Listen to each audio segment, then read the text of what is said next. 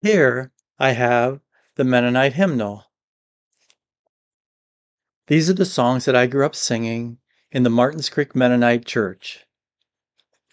And here is Maranatha Music's 100 Greatest Hymns and Praise Choruses of Yesterday and Today. Which leads me to my question on today's post. Are our lives as Christians like a joyful musical? The other day I read Ephesians 5:18 and 19. Here it is.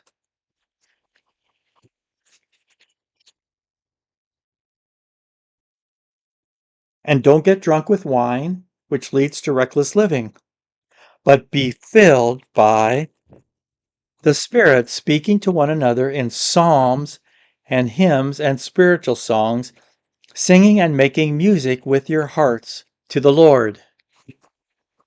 Did you get that? Speaking to one another in psalms and hymns and spiritual songs, singing and making music with your hearts to the Lord. I did a double take when I read those words. I thought it strange that Paul told people to speak to others using psalms and hymns and spiritual songs. I've always enjoyed watching musicals. They're the only entities I know of, except perhaps opera, in which music and song are used to communicate with other people. Musicals are written, choreographed, and staged to bring joy to the audience. I don't want to get too theological and try to dissect what Paul meant by his writing.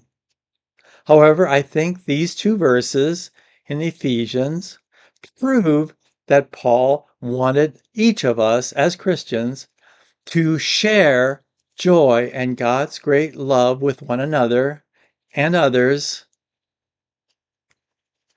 just like a joyful musical.